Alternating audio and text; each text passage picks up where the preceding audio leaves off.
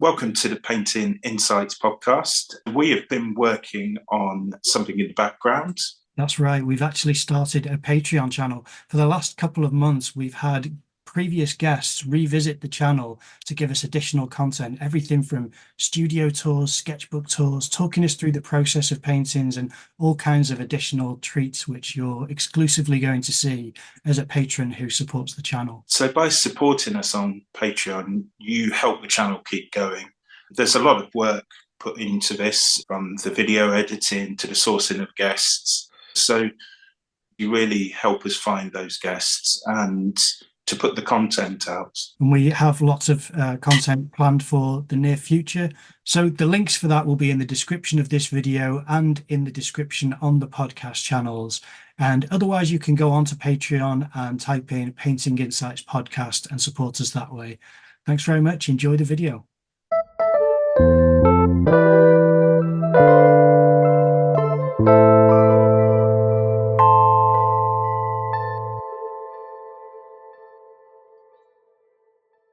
Would you mind introducing yourself for the audience, please? Hi, I'm Zoey Frank, and I'm a painter. I live in Colorado, in Fort Collins, and I'm working on really large-scale, multiple-figure compositions right now. All of my paintings are just getting bigger and bigger, which is really fun. So is that a new thing? Your scale is increasing recently? Every time I make a new painting and sell it, I'm like emboldened to make an even larger one. So I'm actually getting ready to go to Columbus, Georgia for the summer to finish an 18-foot high by 20-foot wide painting, which is by far the biggest that I've ever done before. So this is really pushing the limits of what's possible. Yeah, that's mural painting at that point, surely. It's that size. Yeah. So I was working on it. I'd been working on a lot of, like, I don't know, maybe 8 by 12 foot kind of scale. So this is really, 5 times the size of that, of what I've done before. And my studio ceilings are only 10 feet high. So I was working on one half of the painting on one wall and the bottom half of the painting on the other wall, and then sometimes turning them sideways so I could see like the right half of the painting. So this is gonna be my first time in like 2 weeks. I'm actually gonna see it all put together in a really big space and be able to finish it with a scissor lift. So that's gonna be a whole nother level That's of scale. amazing. Yeah. Yeah, So what do you prefer? I mean, I assume it's a preference. What do you prefer about the larger scale as opposed to anything in a smaller size of painting? I really like feeling like this kind of embodied relationship between like actually putting the paint down and having it feel like my whole body's engaged. And then also with the figures behind me in the studio, for those who are watching online, these are kind of like 6 foot by 9 foot compositions of figures, but the figures are kind of life size. And so I'm wanting these kind of groups of figures and all the figures to feel like this one-to-one relationship, that these are like real bodies in space, rather than, just like a little picture of bodies. Somehow they take on this like reality when they're at this kind of life-size scale. The one that's kind of larger than life with this super giant project is different. I've never done kind of much larger than life figures before, and that feels just really strange to be working on these kind of monumental. I'm trying to think about them as like these kind of sculptural, kind of hoping that the figures can kind of justify their scale, that they have this kind of monumentality and like sculptural solidity to them, as well as just being big. Yeah. And really interesting to try for the first time. What are the different considerations that you take on for something which is 18 foot high that you don't have to consider when it comes to a one-to-one scale, which is already huge, as you can see behind you, but to go this monumental size, what are the considerations that you're kind of putting in place to ensure that you've considered the picture plane as you do in other pieces? Yeah, it's ended up taking a long time because I want, like, the paintings that I make, I develop over time, and there's kind of these layers of paint that builds up, and they get these kind of crusty surfaces where you can see layers of what happened before, the kind of process that went into it. And I didn't want this to feel like a mural where it's just kind of done smoothly in one go, on the side of I love giant murals, but maybe I would like to do one of those at some point. But I really wanted this to have the same painting quality that my other has, and that involves just like giving myself enough time to kind of really just be in the painting process and rework it a lot, and make a lot of changes, and through that the painting ends up having this kind of more I think more richness and kind of complexity to it. I arrive at something that's really unexpected in the composition. And this is going to be crazy to try and like, so I'm going for 6 weeks where I have this space at the Bo Bartlett Center at Columbus State University, where they have, you know, really high ceilings and big walls for me to complete this. So, but to try and like actually finish a painting in 6 weeks is going to be kind of wild. Usually I let them like kind of go really slowly at the end and kind of keep poking away at them over the course of months. So I've been working on this painting for 3 years, but now it's like, finally, I'm going to put it all together for real for the first time and like try and make it all happen. Amazing. So there's no additional painter who you brought on to help with the, just kind of, you know, the filling in sections. It's just all going to be you on the wall, or well, not the wall, but the surface. I've never had anyone paint on my paintings. Whoops, sorry, you cut out there for a second. But yeah, I have studio assistants who help stretch my canvases and prime them and build panels. I never had anyone paint on my paintings. They are all, they've all just been me working on them. Yeah. I'm not sure how you would do that. And the painting is what I want to, I like pushing paint around. That's what I want to do. Yeah, fair enough. I mean, do you use a grid system? Do you normally grid your canvases anyway? And is that something which if you don't, are you doing that for this larger surface? I sometimes use a grid. Yeah. I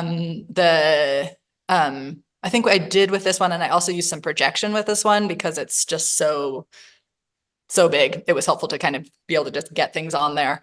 Not a whole image, but like pieces of it. And like in my studio here, there's one painting kind of over my left shoulder that I used a grid to kind of map out the whole composition. And then the one over my right shoulder, I didn't. I was kind of just actually looking at the one on the left and then redoing the composition, like finding different relationships between the figures, kind of just intuitively, and and then making adjustments from the kind of first painting I'd made. So there's kind of these two similar compositions, but they're kind of packed together in one and more dispersed in the other. And then some figures have been changed out, and I've kind of found each painting is kind of taking on its own life. So, and that one is just all, just painting. You have this amazing kind of approach of fragmentation and kind of distortion in the pieces. Where did that come from? How did that develop in your style?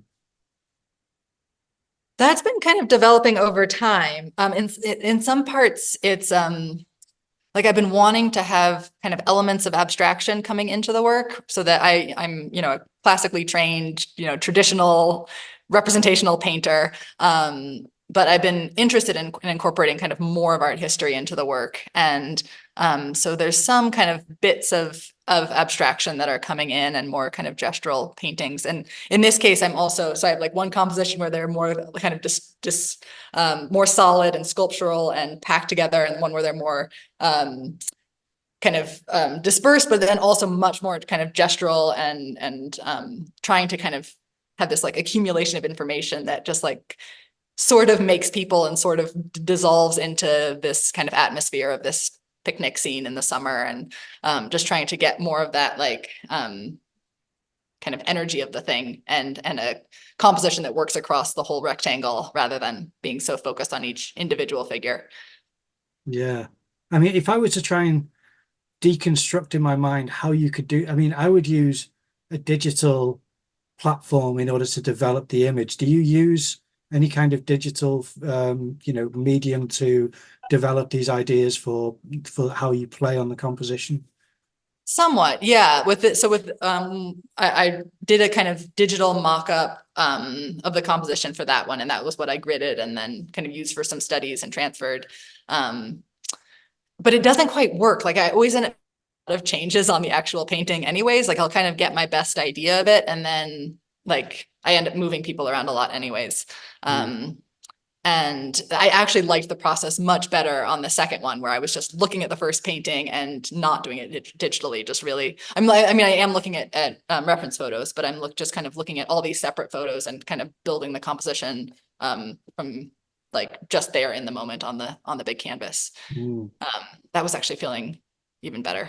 So I'm trying all the things. I don't feel like I've quite settled into one approach to making the paintings. I keep kind of having things that work in one, and then I try that again for the next one, and then parts that I let go of. So the paintings kind of keep the way that they look and the way that they're made keeps changing as I'm like trying to find my way towards a process that really feels good and works for me.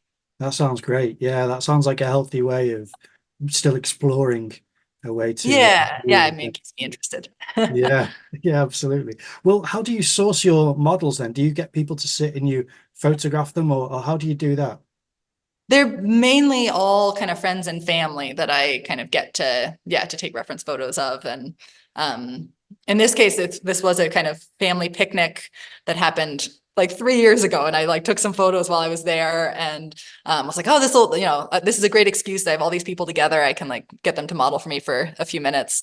And then it took a long time to actually get around to making this painting, because I had all these other projects going on. So I'm finally going back to those references and sorting through them. And then I'm taking, some extra photos of kind of rephotographing some people, or having somebody else just stand in the same position, and like parts of the bodies were covered up, or someone was wearing sunglasses and I didn't want that. And like, can you just be this person and let me see if I can kind of make a more, I'm also wanting these to feel less photographic. So I'm trying to kind of, I don't know, use different sources to kind of build heads that feel a little bit more just painted and less photo based, even though I am still looking at those photo references. So they're kind of a little bit more simplified in this case as one. So I'm trying, I guess, two different versions of that. One is that I'm like doing these kind of more simplified sculptural heads. And then in the other, I'm kind of obliterating heads, or just using little like gestures, or kind of taking the heads out so that they don't feel quite as, I don't know, quite as just photographic, I guess. Yeah, I mean, I'm always impressed by how the decision-making process comes around when it comes to reducing, say, for example, over your right shoulder, it looks as though, and I may be wrong here, because of the distance, it may be compressing certain areas, but it looks as though you've removed textures from certain areas in order to heighten things in the foreground. Other things are kind of blocked in without being overly textural and too rendered to make it a distraction or a focal point that would create a busier surface. Am I accurate in reading what I'm seeing behind you there? I think the actual like texture of the paint is kind of varied throughout in random ways. Maybe it's not quite as specific as that, but I certainly am trying to kind of use like there's areas where it's kind of simpler, flatter shapes, and areas where there's more specificity and smaller shapes. And I'm trying to kind of use that to move my eye through the painting. So there's parts where things are kind of being lost, and parts where they're being found. There's kind of this like play of disintegration and forming, I think, that's happening over and over again across the painting. Yeah, because it's also, I mean, there's also a lovely light composition. I mean, just from, the ones that I can see behind you there, where, you always, well, I say you always, I think most artists like looking through their eyelashes to see that contrast really pushed for lights and darks, and see how things are achieved. And when that color composition is strong like it is there, or the tonal composition, I should say, it's got a real, I don't know, it's some kind of, I don't know, a really pleasant, rewarding kind of experience of viewing paintings when there is a balance of light, but it seems to, I don't know if it's diagonal. I don't really know if there's a mathematical formula to it. I just know that that's something that you can recognize when you can squint and you can see a certain patchwork of lights and darks and interplay of midtones. Again, is that something which takes long to develop? Is it intuitive, which you kind of try to just feel your way through it, or is it something which you really wrestle with? I think I am kind of a tonal painter where I'm thinking about things in terms of light and dark structure across the painting. And that feels like the most important like way that I'm building these compositions, that I'm thinking about the kind of shapes of light and dark and how they're kind of interweaving. And boy, there's some like logic where I'm like, oh, okay, I can like form my figures into these kind of triangles, and like maybe I can have like a kind of diagonal of light here. Like I'm thinking through these kind of big, kind of abstract, basic shapes, I guess, of diagonals and circles, and trying to kind of create some logic to it. But I think a lot of it is more kind of finding those structures more intuitively as I'm building up the painting. So I'll have kind of an idea of it from the beginning, and then I'll often end up actually making big changes to even the value composition of the painting as I'm going, like, having a dark sky and then suddenly turning it into a light building behind, or kind of reorienting, kind of reconfiguring that and finding still the kind of basic overall structure kind of all the way through the painting. With you mentioning not able to replan it that well. No, well, I can imagine that plans change throughout the process, because surely not everything can be set in place before you start working. Things will develop and reveal themselves along the way. I mean, that's usually the case. What I've heard from all classical master painters throughout time is there's epiphanies throughout the process of making a painting. And Right. Surely that's a rewarding part of it as well, is to say, this is what I need. And that moment of kind of finding that point, or several points. But I was going to ask you, because you mentioned earlier about having this 6-week period for this one piece that I'm really keen to see. I'm wondering now, because you said about normally you let things slow down towards the end. Do you know around, I mean, even if it's different each time, around how long do you allow yourself to let that time stretch towards the end? And in total, how long would it be, do you think, that you'd give yourself? These kind of larger ones, like these ones are kind of 6 by 9 feet. Like I've often been spending about a year and a half on them. So I'll be working on other projects at the same time.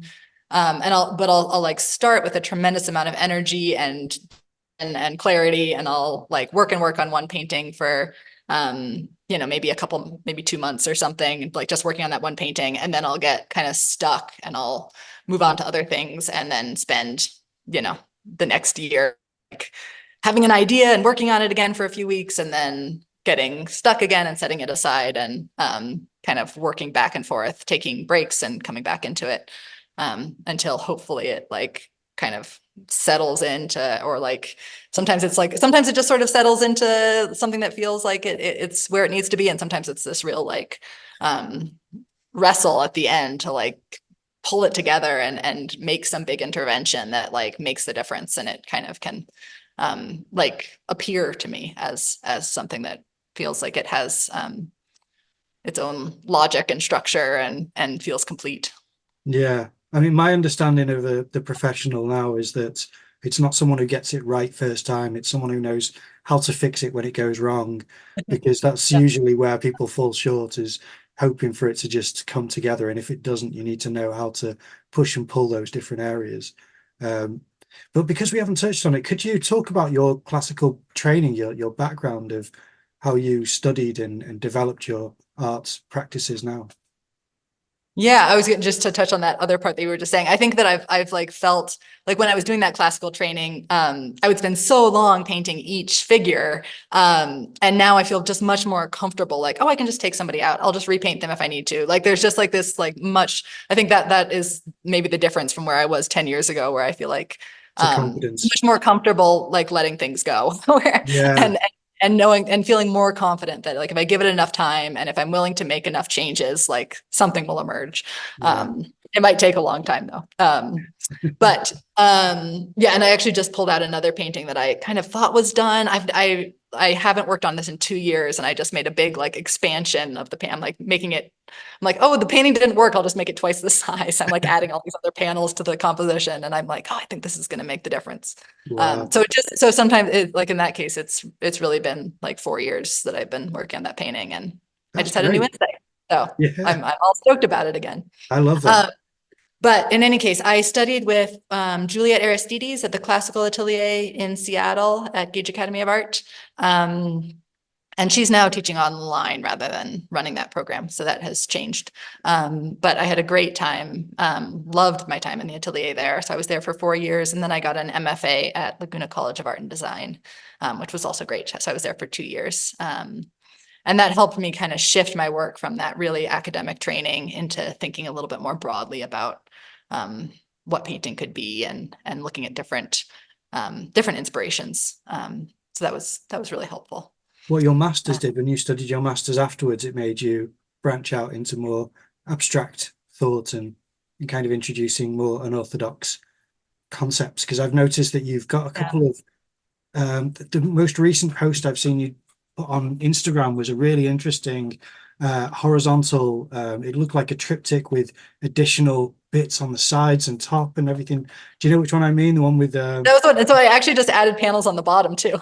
Really? So that was the one that was the one from like 4 years ago that I just I'm expanding now. I could turn around and show the other side of my studio if people want to see. They do want to see. If you don't mind, yeah, this sounds fascinating. See if we can do this. Yeah. So amazing.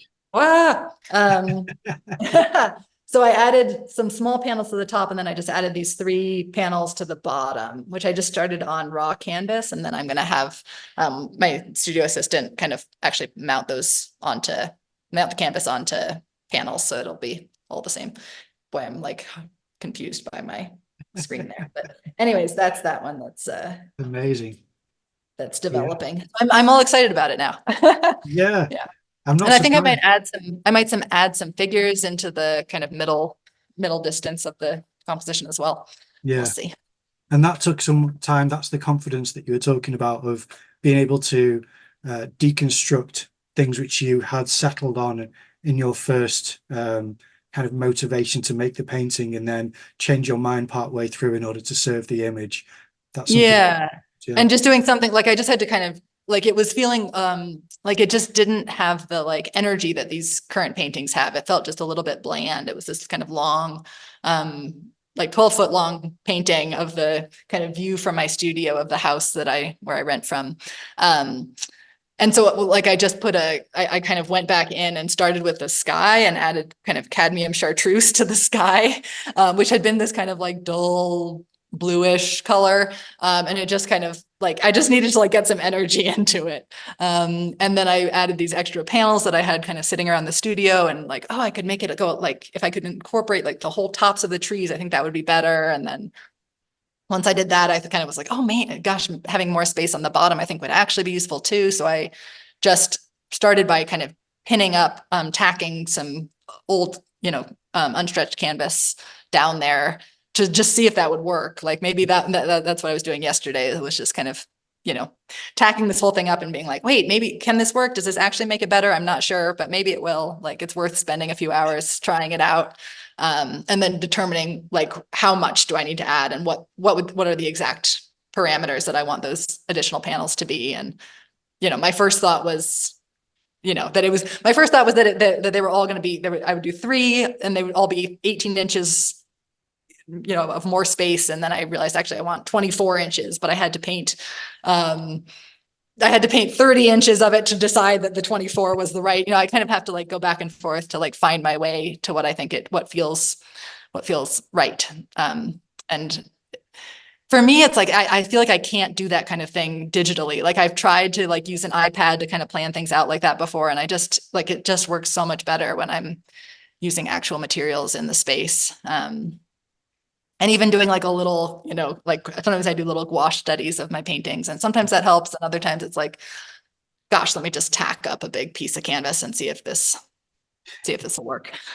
That's amazing. But I'm really curious about this color decision to change the sky from blue to cadmium yellow chartreuse. Is that what you said it's called? Cadmium chartreuse, yeah. Yeah. So is this just kind of was something which you could picture, or was there a reason, do you think, by it? Could you ever kind of analyze what happens? Right. Boy, this is hard to, how many people watch this versus just listen? There was, so the painting originally had these like construction there was like these cadmium chartreuse kind of construction things that were laid out in the yard there. So they're in the painting already. And I was like, oh, maybe that could work in the sky. Like that would just, I don't know, it would just be, and again, it's like, I'm not sure if the sky will end up looking the way it does now in the end, but it was something that kind of launched me out of the kind of stuck place that I was in. It was like a little key to kind of unlock at least the next step of what I think needed to happen in the painting. So that's fantastic. Yeah. And then I had those, it was just useful. I had those little like 5-inch panels up top. I had from this other project of the garden here. This was the garden at my house, and I had added panels. Again, I started with a few of the panels and then added extra small panels on the top to like get the composition to where I wanted it to be.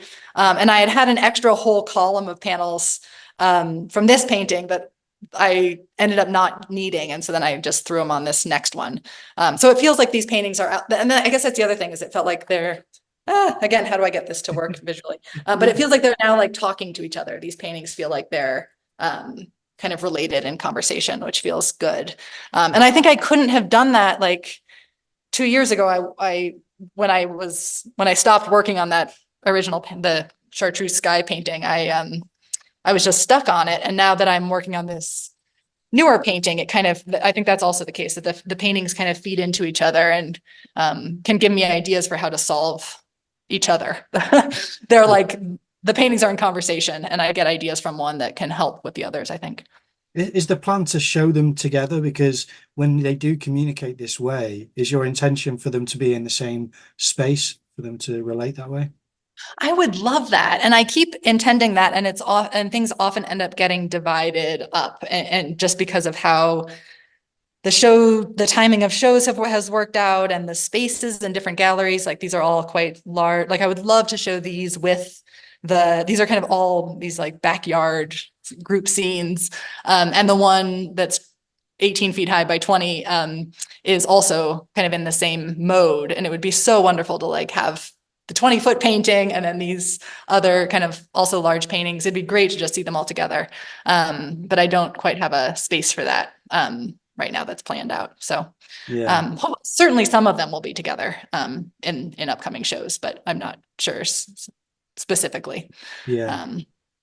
So there aren't that many galleries that have 20-foot ceilings and enough space to make this happen.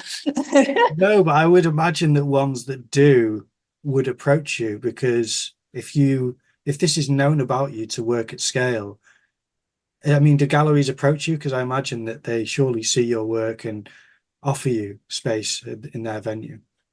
The galleries I've worked with have approached me, and yeah, certainly that happens. But I think I haven't had a gallery that's that size approach me about these yet. I'm waiting for that. And if anyone knows anyone, let me know. Yeah, I would love to see it when it happens. I want to see that show because it sounds immense. But yeah, what draws you to the garden scene? What is it that interests you about that subject?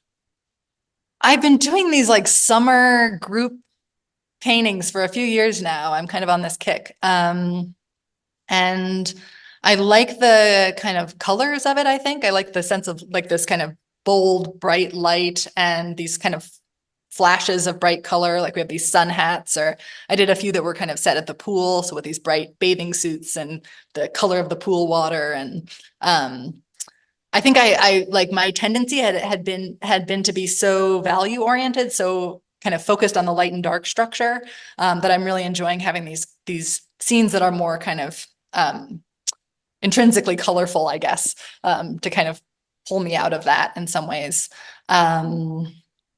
And I'm really loving painting groups of figures. I'm really excited by trying to put together these multiple figure compositions and just thinking about how the bodies can like relate to each other on the canvas, how I can have kind of gestures and bodies kind of forming, again, pyramids or circles, or kind of relating to each other in space.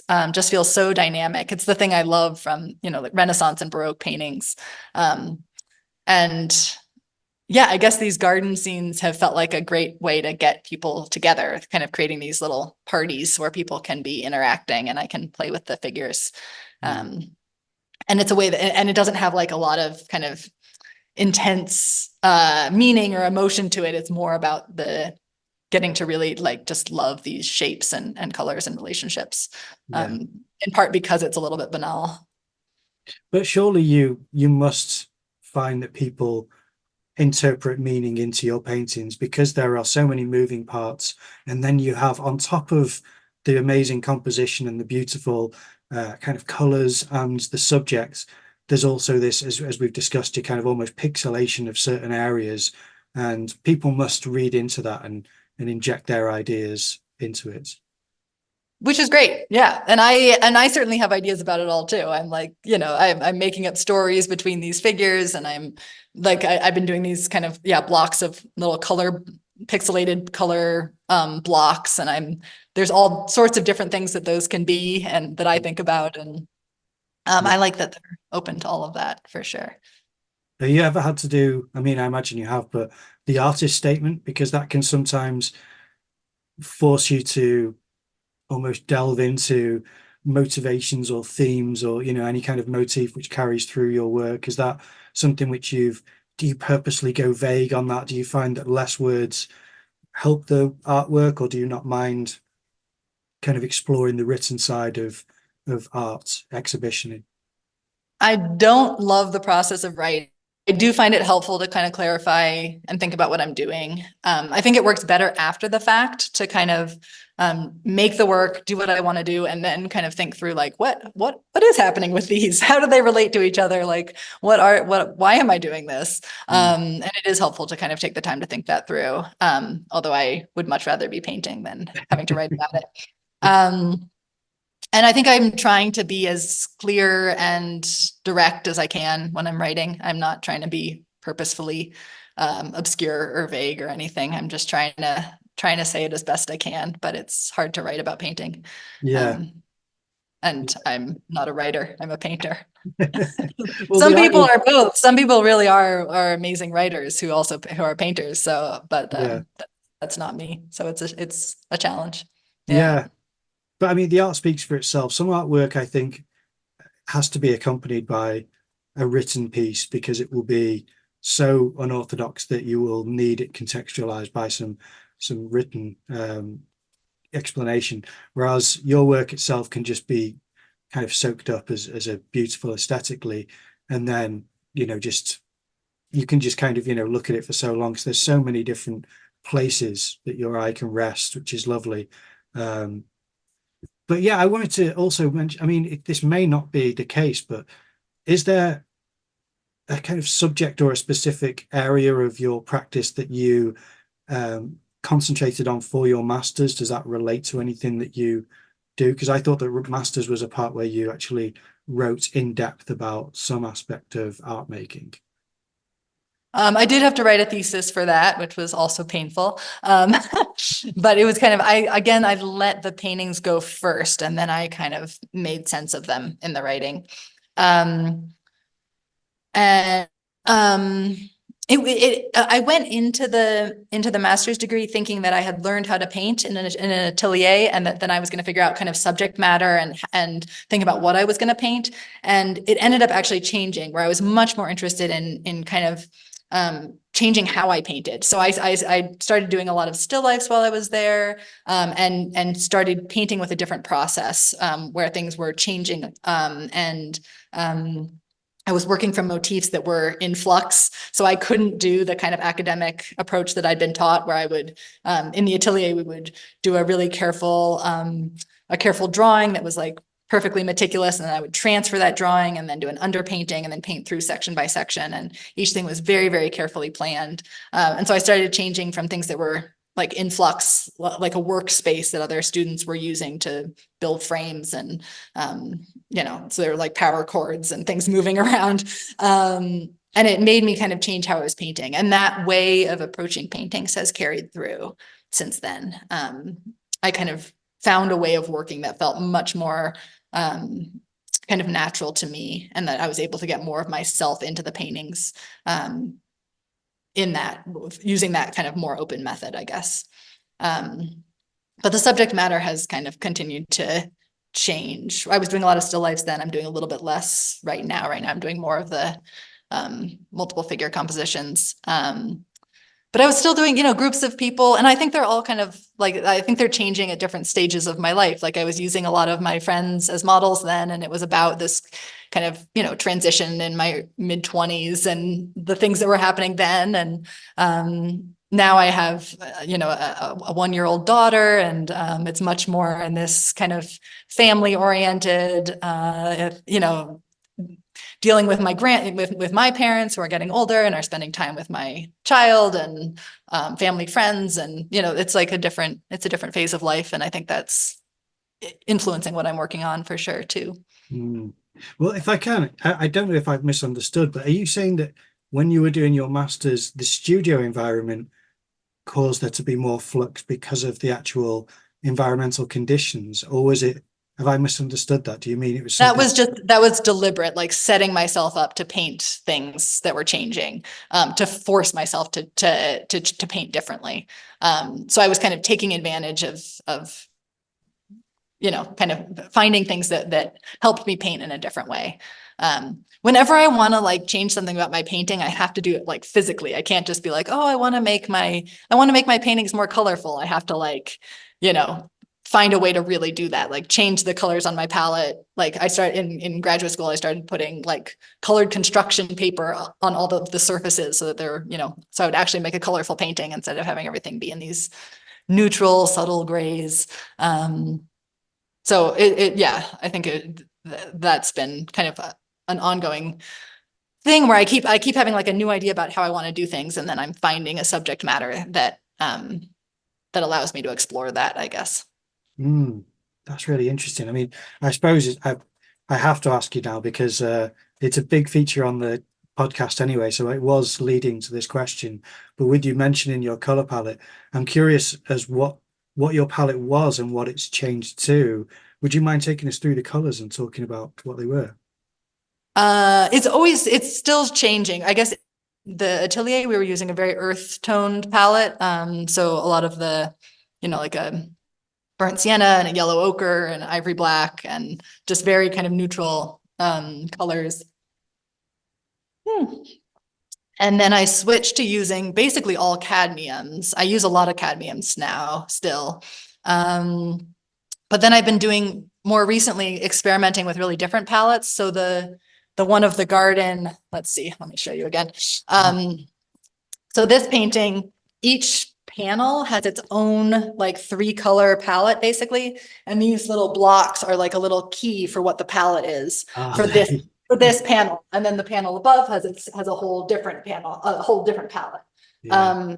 So the whole painting is built on like an exploration of different kind of pigments and how I can make them work together, which is just really fun. And I'm using those little color keys to help with that, and also just to kind of break up the image as well. So I'm doing lots of different so I don't have like a set palette. I'm doing lots of paintings where I am trying out something for the first time, and just playing with it. It's just too much fun to play with these different colors rather than use the same thing every day. Yeah. So, I mean, did you find a reduced palette was too confining? Have you ever tried that where you've just gone for either a split primary or just almost just the primaries and a white and then thought this is not enough experimentation? Or, well, how does it, have you tried these kind of combinations like that? Oh, I've tried everything. I think. I just like, so sometimes it's interesting to have, I mean, I'll like, if I'm doing a kind of if I'm not really thinking about it, palette is kind of an expanded, like kind of a double primary palette with a lot of cadmiums in it. So there's like a warm, like a cool yellow and a warm yellow, a cool red and a warm red. Yeah. But, it's kind of fun to have these constraints. I think my like basic palette is kind of the double primaries. So that would be like, I use a lot of titanium white. I just kind of like the punch of it with these paintings. And then maybe like a cad lemon, a cad yellow, cad orange, cad red light, alizarin crimson, ultramarine blue, phthalo blue, ivory black, and like a cadmium green or truce, that kind of thing. I'm just really liking the kind of opacity and the punch of these like intense pigments in a lot of my paintings. But then I've also been experimenting with these much more limited palettes where I'll just have 3 pigments and I'll pick something to serve as I'm thinking about it as like a yellow, a red, and a blue, but it's not like, it's not that. So in the example I was just showing with that one, I have the cadmium green is my yellow, cadmium orange is my red, and ultramarine blue is my blue. And then I think for that one, titanium white. So it doesn't let me get, like, I don't have an actual red, like orange is as red as it gets. And I don't have an actual yellow, cadmium green is as yellow as it gets. And so I have to make a painting that kind of works within these new parameters that I've set for myself. And I think it just makes me kind of think fresh, instead of just having kind of a go-to way of mixing each color. I have there's kind of these weird constraints on it that make me kind of look at color relationships rather than just trying to match some idea of an actual color that I'm seeing out in the world. It's much more about like, okay, this is, warmer and darker than this other value that, than the thing next to it, which is, cooler and a little bit lighter. And like, how do I make that relationship really sing? And having kind of a weird limited palette has been a way to kind of play with that and make myself kind of mix things fresh and have kind of a, kind of getting away from a preconceived idea of what I think the mix might be, I guess. And it's also been a way like this. In this one, I have all these, paint tubes that I've accumulated over the last decades that I never use. I'm like, what is this weird green that I've had for 15 years that I've never actually used? Like, let's see what it really does. And so using, some strange pigments that I hadn't been taking advantage of. It made me much more excited about playing with the kind of transparent colors. Actually, I'd been using so many of these opaque cadmiums, doing this recent garden painting project with all these different palettes. I was really like, when you only have 3 colors, having a transparent color just offers so much more versatility. So that's made me like them more. That's been fun. So, So is that I just want. So no, please go on. What you said? Oh, just continuing to experiment is just keeps me really engaged in the studio. Yeah. Is the transparent color where you start to introduce the layer on top that's kind of almost a ghost-like shape that interrupts the more natural elements of the painting, or is that something which you consider anyway with the shapes that you kind of construct in the composition? Like when I'm kind of adding abstract shapes into the composition, I'm not using transparent colors for that usually. Like I'm usually just doing opaque paint for kind of all of those things that like they have equal weight, that like a figure and like a triangle of orange next to the figure are like of equal importance. I don't know. It's not kind of a washy, half triangle. It's like, if it's going to be a triangle, it's really going to be there. So yeah. And I think it's also felt important that, like, I don't know, that if there's kind of texture or, like transparency, like I want all of that variation. I want parts where I like, am basically seeing the raw canvas and just a wash, sometimes a wash of underpainting is showing through, and parts where it's gotten really thick and built up. But I don't want that to be like in separate, like nameable parts of the painting. I feel like it needs to be kind of interwoven, where there is a lot of variety, and there's opaque paint and there's transparent paint, and there's, I can have all of those kind of play of the material. But it's not that like, oh, the back, all of the shadows are transparent and all of the lights are opaque, or something quite so traditional as that. Or that like, oh, the grass is this texture and the figures are this way. Like they all kind of, I need them to all feel like they're kind of, they're all just like colors being affected by the light. And they're all kind of being read across the whole painting, that it's all integrated, I guess. Oh, I see. Because I was going to ask whether you used it like almost like glazing the transparent paint, but I'm guessing not with what you've just said. No, it's It's Yeah, just, I don't do that much glazing. I do a little bit here and there, but I'm, yeah, just not that much, okay. somewhat.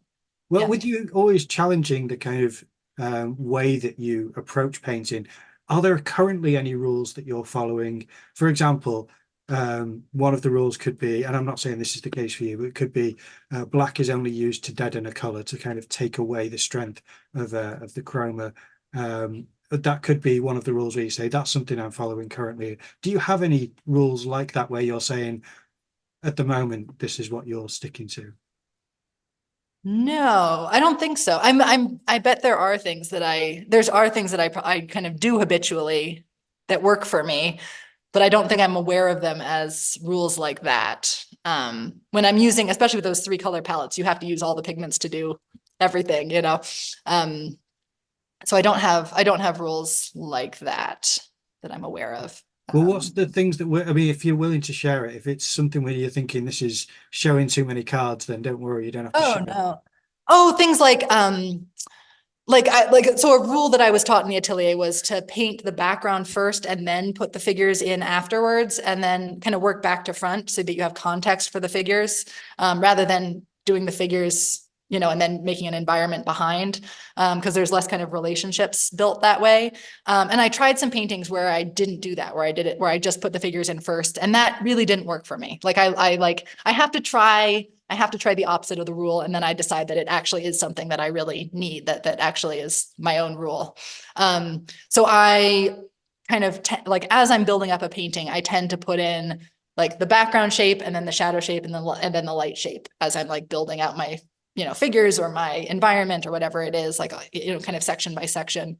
So I guess that's kind of like an approach that I find actually does work for me better. Like I really like having the context, and I know there are other painters who successfully do it the other way, but for me, I like thinking about the, you know, the figures in the context of what's right and in what's right next to them.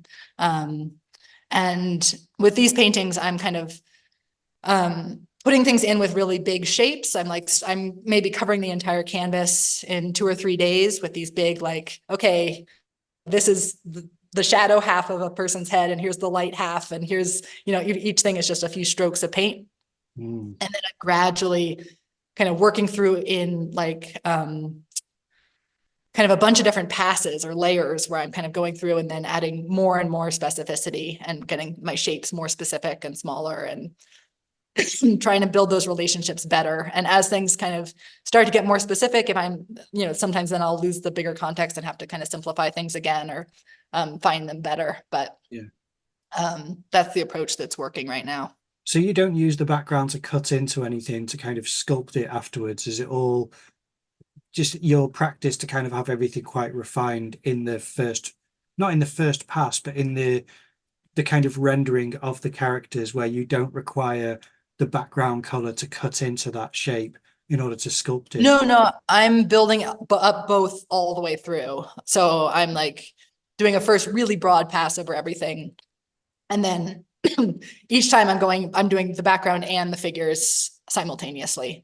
So I'm painting the relationships kind of all the way through. Interesting. It's all the mechanics that I find quite interesting as far as the process of painting. So when you said you do the background first, then the characters last, that just boggled my mind, because I thought, how can you commit to the foreground and not use the background to shape it? But that's interesting to know that it's always a constant push and pull. Yeah, I just mean like I'm starting super broad. So I'm like, here's the color of the background, here's the shadow, like one stroke for the shadow shape, one stroke for the light shape.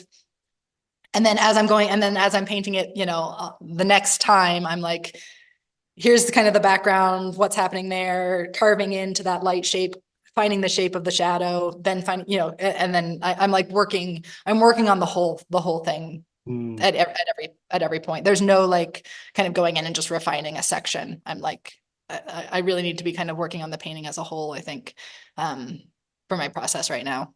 Yeah. Well, your drawing is incredibly strong as well. I really admire how you draw. Is that something which you've kind of, well, obviously you must have developed that in the atelier, but is that something you constantly keep up with? Is a healthy kind of sketchbook practice, or has it fallen to the wayside, and you kind of just go straight to the larger scale now? How do you balance that? I have done a lot less drawing in the last years. I spent the first year of the atelier training was all drawing, and I love doing that.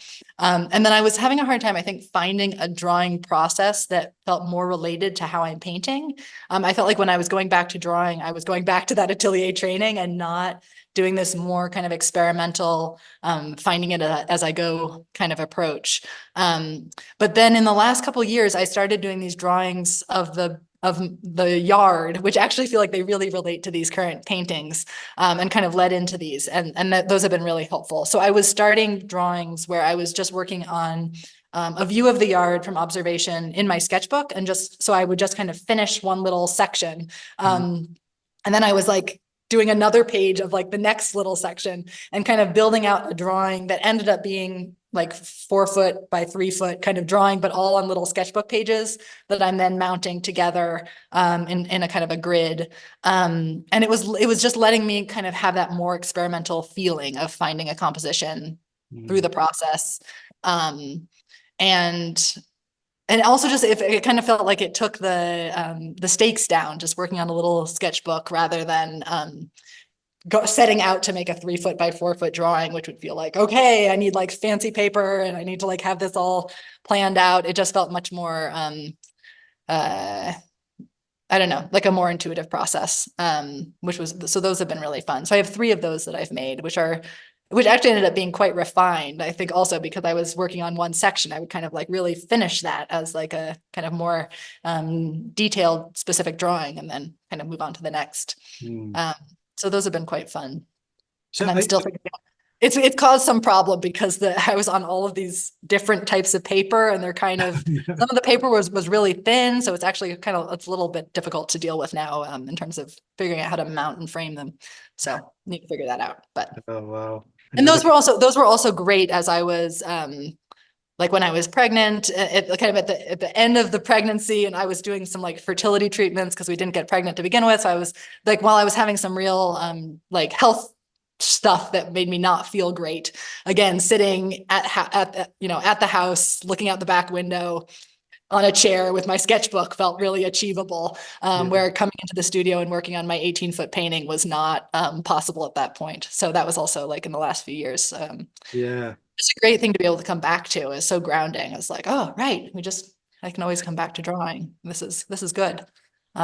Is it more playful draw? I mean, similar to when you mentioned gouache, I'm wondering if you have that more playful side, or is that something that you constantly feel regardless of the commitment?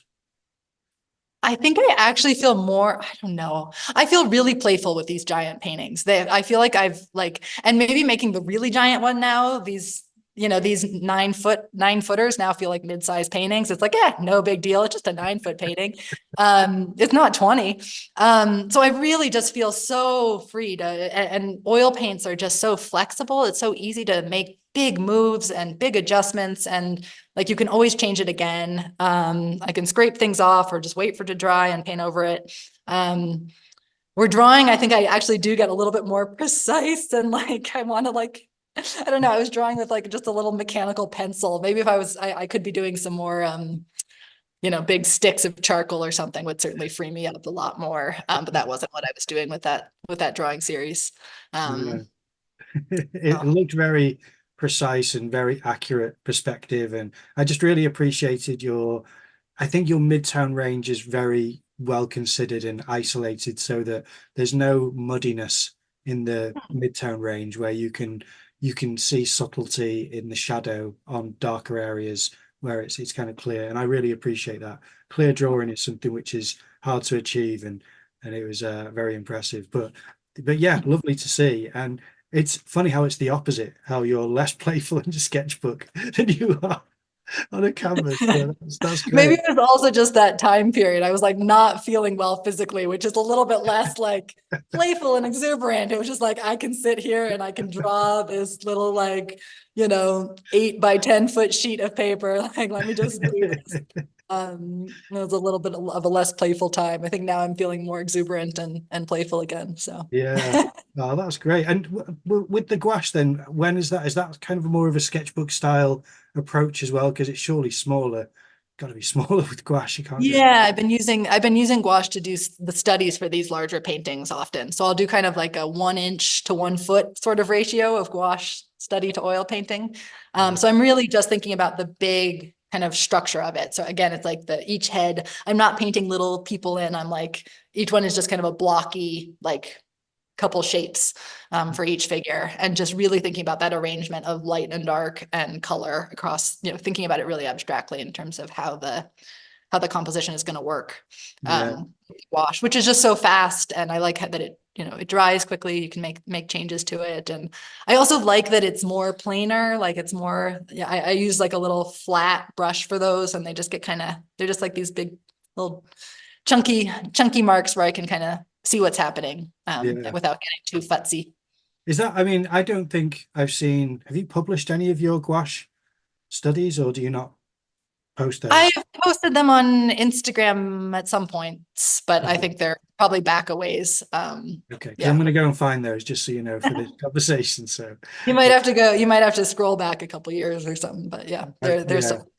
I'm used to doing that, don't worry. I'm used to mining people's Instagram. But I did see back when you did a painting, it may have been 2021, of a couple on a bed, but they were all in kind of white, all their skin and everything. Was that you? Yeah, that was earlier than that. Yeah, that was a while Earlier ago. than that, was it? Yeah, because that was really interesting tonally, because again, you kind of sculpted the form with a kind of minimalist palette, or what appeared to be a minimalist palette. So is that something which again you kind of relish in, that kind of the constraints of a really reduced palette there? Whites are so fun to paint because they really become about color temperature. So that painting was kind of all in this white range. So it was really about warm, cool relationships. And I think I did do most of the painting with just like 2 or 3 colors. And in that case, I had I used an actual marble sculpture for the male figure. I took a photo of that. It was at the Musée d'Orsay in Paris. And then I had a friend put on white body paint for the woman. So she was kind of, so I had this kind of like white sculpture and then this white woman, with the white body paint. And so they were kind of interacting. So there was these bits of them feeling like alive, real people, and this bits of them feeling like very much like sculptures.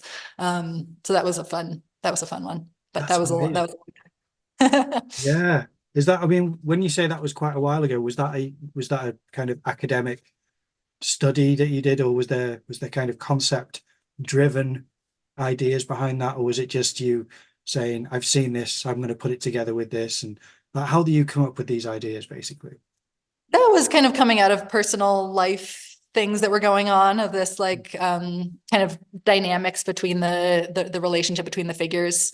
So it's a man and a woman, and they're kind of disconnect and connect happening, how they're relating to each other. Felt like it was coming out of the relationship that I was in at the time, and thinking about some things there. So it's always kind of coming out of my personal experience, I guess. Yeah, I mean, it sounds a really powerful way to communicate that as well. So that's a really nice way of expressing something that sounds quite difficult, that in a relationship is actually quite a healthy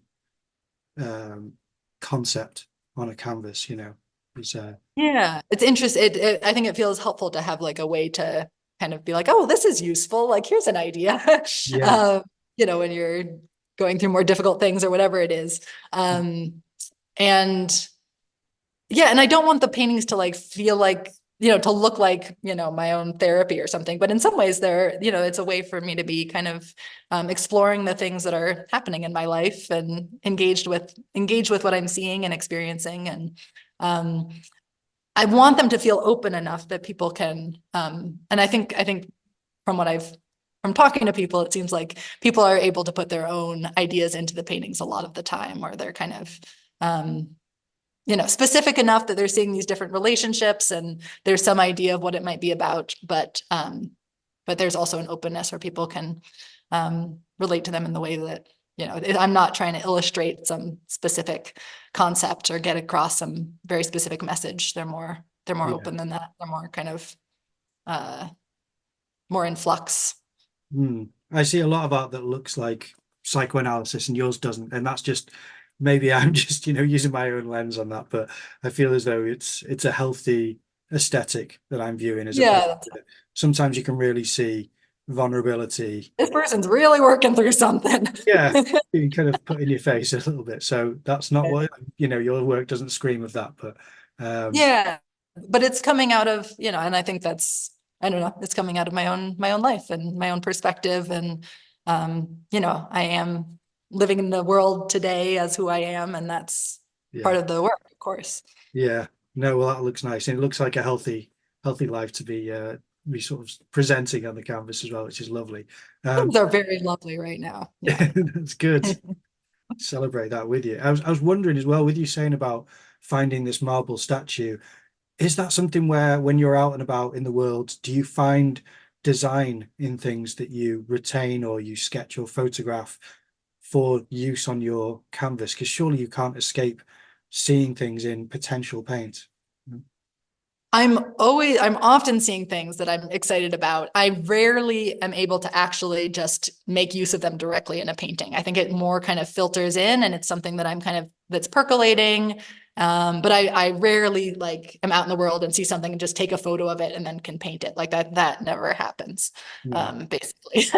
But I'll have some ideas, and like in this super giant painting, my next door neighbor plays the bass guitar, and now his ex-girlfriend played guitar, and so sometimes they would be out on their front porch playing music together, and I was like, oh, that's I kind of clocked that. And then they ended up being in this painting, but I staged them in the backyard and had them pose for me and kind of took photos. And but kind of it was like, oh gosh, that's so lovely, and made a painting that incorporated some piece of that. That's wonderful. Oh, I love that. Right, I'm afraid. But I would never, but it's never as easy as oh, let me just take a picture or something. Yeah, fair enough.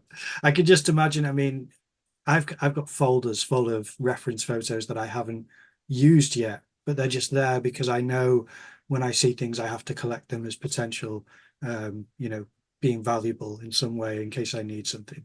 So I can imagine, because I see these lovely, the garden scenes just lend to that lovely design. So I can imagine whether you're, walking around or out for lunch or whatever you're out doing, you may see a pattern or something where you think that could work or something. I don't know. I can just imagine. I do some of that. I've been painting a lot of these patterns, and one of my daughter, we have all these hand-me-down clothes that we're getting, and one of her pairs of pants had this great pattern on it. And I was like, I've got to photograph this pants pattern. This will be useful at some point. And I haven't used it yet, but I'm sure that specific pattern is going to be on the sky of some painting at some point or whatever it is. Brilliant. So I certainly am kind of documenting things as I'm seeing them, where I feel like, oh, there's something of this that seems like it could be useful. Yeah, I thought surely you have to, but yeah, brilliant. No, that's nice. As far as, we touched on galleries earlier. Where do you exhibit currently? Where should people go if they want to see your work in person? Come to Georgia. I'm going to be finishing up this painting. I'm going to be there in Columbus from May 18th to the end of June, and I'll be having kind of a reception while I'm there, and maybe an artist talk.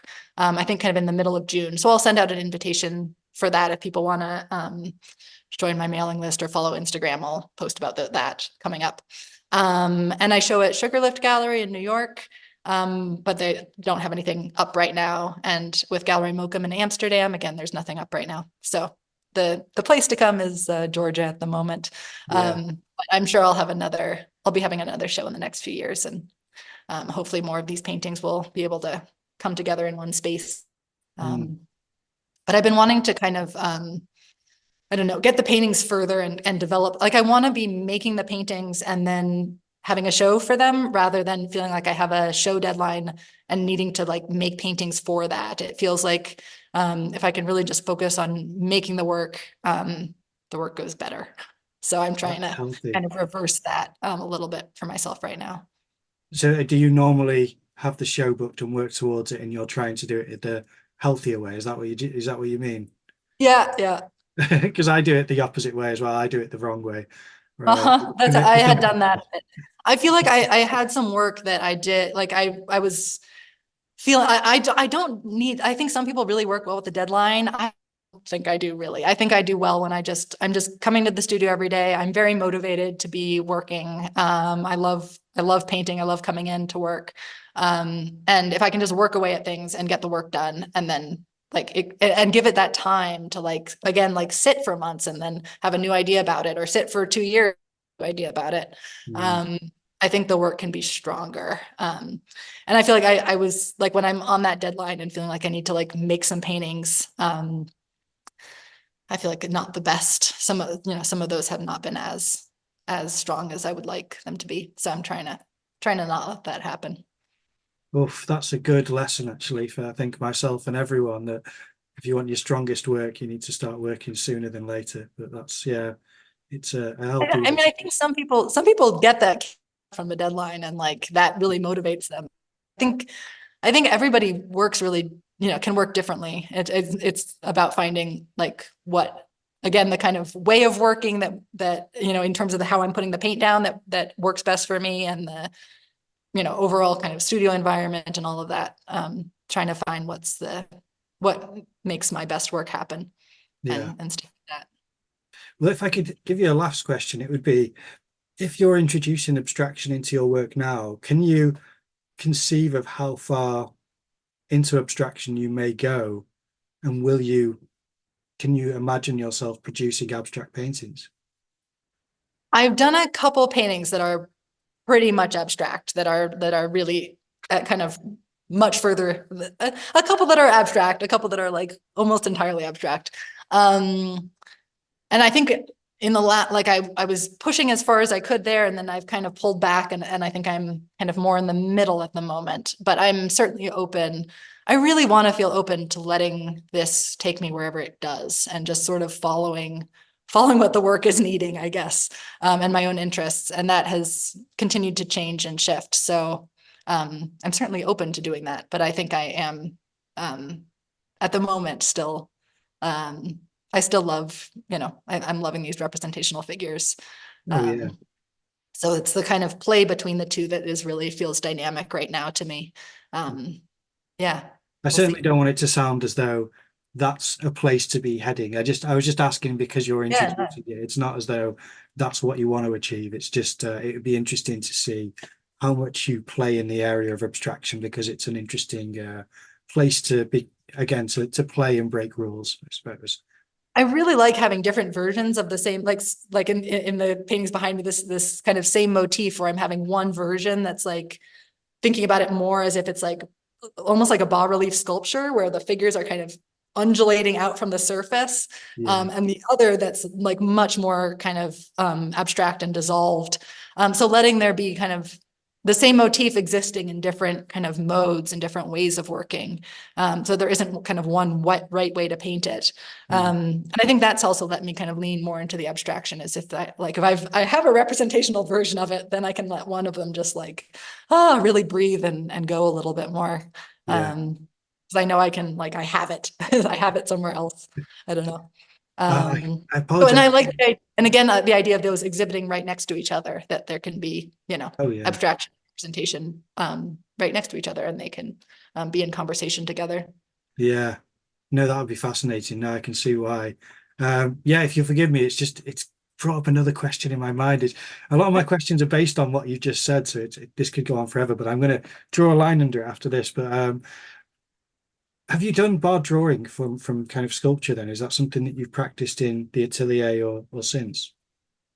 I never really did those bark plates. A lot of other people in the atelier did those specifically. I did some kind of master copies of a Raphael drawing and a Michelangelo drawing, and I did some more kind of copies of other drawings, I guess, rather than the bark plates. Yeah. Oh, okay, fair enough. Yeah. But I certainly love sculpture. I like making sculpture, and I like, thinking these figures being sculptural feels really important to me right now. I think there's so much, it's so easy to kind of if we are using photo for everything to feel really flat and kind of locked into that way of that a camera lens sees. And I really want these things to feel like volumetric and solid and weighty and real, like real on their own terms, not real like the painting world to feel like it has its own internal logic and structure and reality to it. Beyond, just kind of a not being an echo of a real world, which those kind of snapshot kind of photos can feel like to me. Oh yeah. No, I can see it goes far beyond that in your painting, which is why they're so enjoyable to look at. I really appreciate, what you do. And I think it is so impressive, and it's exciting to see what you've got coming up next. Now, if people can't go to Georgia, I know a couple of people who I've spoken to from Georgia, so I will be telling them about your work coming up, because I'm sure they'd both like to go and see it. But if people can't go and see it in person, where should they see your work or purchase your work online? Where would you like people to go? My Instagram is useful. That's at Zoey Frank Zoey Frank, I guess. And my website, I have a kind of mailing list, which I only use like once or twice, like once a year, once every other year, like when I actually have new work available and a new show happening. I'll send out an invitation to let people know about that. So if you want to join my mailing list, that'd be awesome. And yeah, and there's my work is up on my website there as well. So that's zoeyfrank.com. And I also have recorded courses there. I have done some online teaching. If people are interested, you could purchase a class as well. Absolutely. Well, I'm going to put all that up on the screen. There'll be links in the description. Wherever you've either viewed or listened to the podcast, there'll be links underneath the podcast to all of those different places, whether it's Instagram, the website, the blog, or the courses. I wish I would have asked you more about your teaching now. I could talk to you for another hour, but we'll have to save that for a second episode and have you come back another time. But thank you so much for joining us as a guest. It's been a pleasure talking to you. Oh, thank you for your thoughtful questions. This was lovely to get to kind of talk about what's going on right now. That's very sweet.